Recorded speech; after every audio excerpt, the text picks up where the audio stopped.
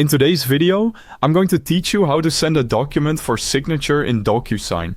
To get started, open the DocuSign website and go to the sign-in page.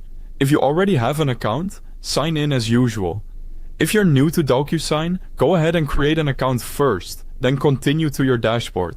Once you're signed in, look for the option that says Start or Send an Envelope. This is the feature you'll use to prepare and send your document for electronic signature. Next, upload the document you want to send. This could be a contract, agreement, form, or any other file that needs a signature. After the file is uploaded, enter the recipient's name and email address carefully so the signing request goes to the right person. If the document also needs your signature, or if other people need to receive it, add yourself or any additional recipients at this stage. When your recipients are entered, select next to open the document editor. This is where you prepare the document for signing.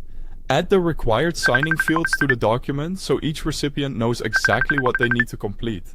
Place a signature field wherever the recipient needs to sign. Then add any other required fields such as the date signed, the recipient's name, or text fields for information that needs to be filled in. Taking a moment here to place the fields clearly can help avoid delays or confusion later. Once the fields are in place, select Continue or Next to move to the review screen. Here, enter a subject and message for the signing request. Keep the message clear and professional so the recipient understands what the document is and what action is needed. Before sending, review the recipient information and double-check the document fields to make sure everything is assigned correctly and nothing is missing. When you're ready, select Send to send the document for signing. After it has been sent, open the Manage section in DocuSign to track the envelope.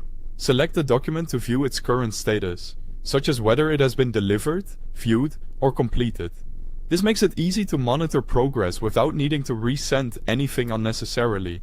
After the recipient signs, return to your DocuSign account and open the completed document.